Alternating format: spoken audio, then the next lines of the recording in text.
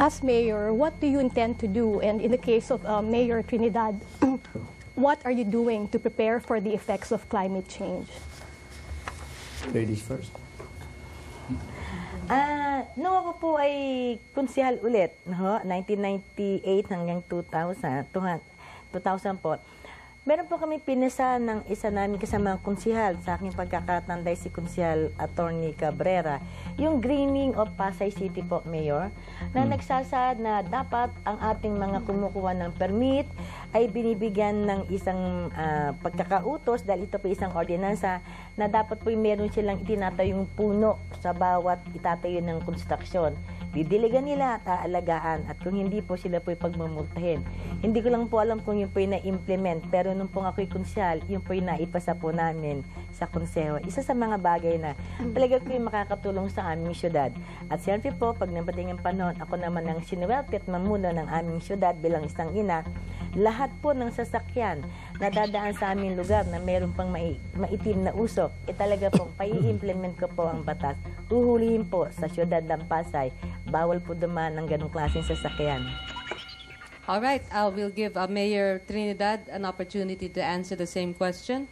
Well, actually, there are two approaches to climate change. One is adaptation, the other is mitigation. Then the mitigation we leave to the big agencies, to the big governments in the world. Now, we just go to adaptation. What we are doing there first is smoke belching. We have acquired the equipment, and for the past 2-3 years, we've been catching them right there and along EDSA. Second is that our engineering has taken cognizance of climate change, and we have required houses that are being built in Pasay to move their floors a few feet higher than before to anticipate floods.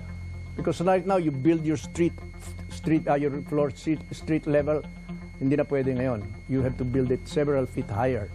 So that's one thing, engineering requirements.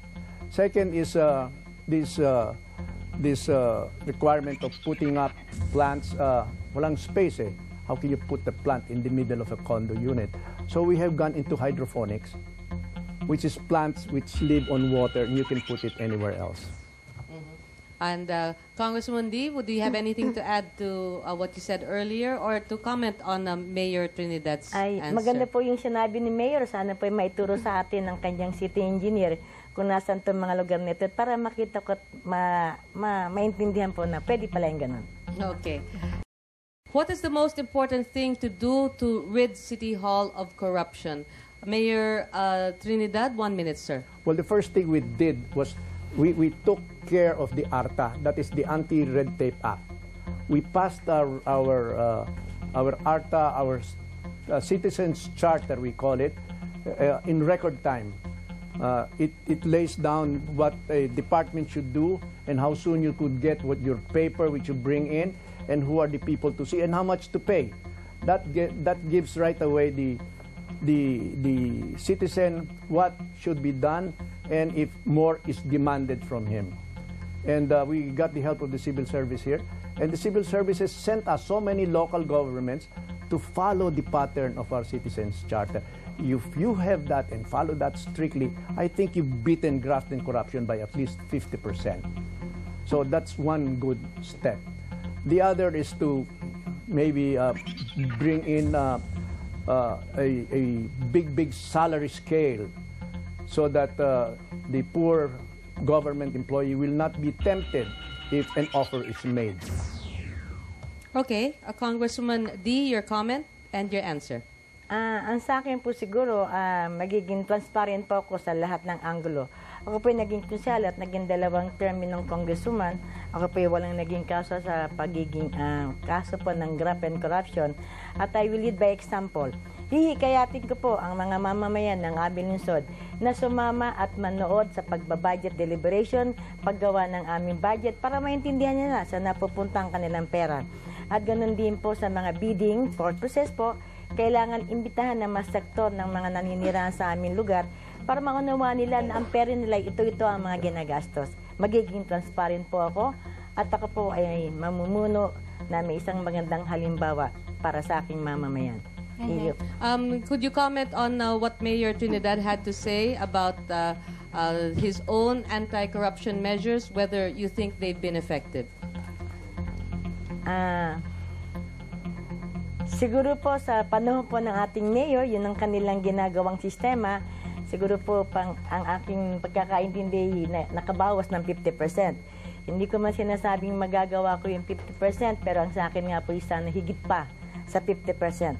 Dahil kung ikaw po ay transparent sa iyong mamamayan, wala na silang dahilan para mag-isip pa. Imbitahin mo sila para makita nila sana pupunta yung kanilang budget.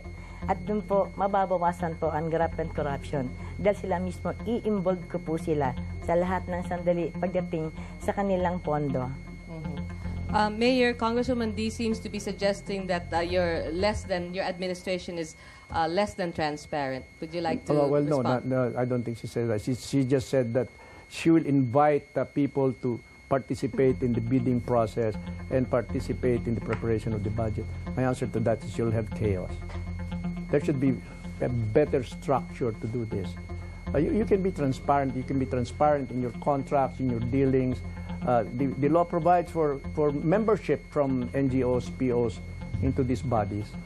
But to open it wide open, you'll have chaos. I'm sure. And would you care to elaborate on that? Maybe a better structure for transparency. A better structure. Let the people know what you're doing. Maybe a reporting system. Maybe you should hold meetings every now and then, which I do. Talk to them about what's going on. Transparency is necessarily an element, one of the guiding principles of good governance. Congresswoman D, would you like to respond? Mayor Trinidad said that what you were suggesting is not feasible. Subukan po muna natin. Marami pong sektor sa ating syudad na nag-aantay po ng imbitasyon para talaga sila makahalo o makasalubilo sa paggawa ng budget. Para sa akin po, wala namang masamang subukan. Para sa akin po, makikita po ng mamamayan na ito naman ang kanilang pera. At marami po naman mga leader ang bawat sektor na siguro siya munang uupo at ang silang mga nakamiyembro nila ay nasa likuran lamang. Siguro po hindi naman. Dahil sa Congress po nagagawa po naman natin, ang dami-dami din po naman namin nandoon, pero ayos naman. Mayor, I would say that there are a few organizations, maybe you can count them with the fingers of your hand, that are interested in helping government or looking at what we're doing. But you know, we have a local development council which is composed of 201 barangay captains, and half of this is supposed to come from the POs, NGOs. So when we call a local development council meeting, only 10 NGOs shows up. So there is this maybe indifference, you can call it that. Well, Congresswoman, that's a contradiction of what you said. Na you understood that a lot of sectors would want to participate in something like this. Siguro po kasi kung inimbitahan naman ng lahat ng sektor at 10 lang ang dumating, baka naman po talagang sila mismo ay hindi na natutuwa para pag pumunta doon, wala rin naman sigurong nakikitang magandang development. Sa akin lang may haka-haka lang. Pero sabi ko nga sa inyo, pagka ginusto nyo, lahat ng paraan gagawin. No rejoinder, Mayor? Haka-haka is something speculative. Okay, so Mayor will not respond to that. And with that, we end Battle Pasay City. Thank you, Mayor Pee Wee Trinidad and former Congresswoman Connie D.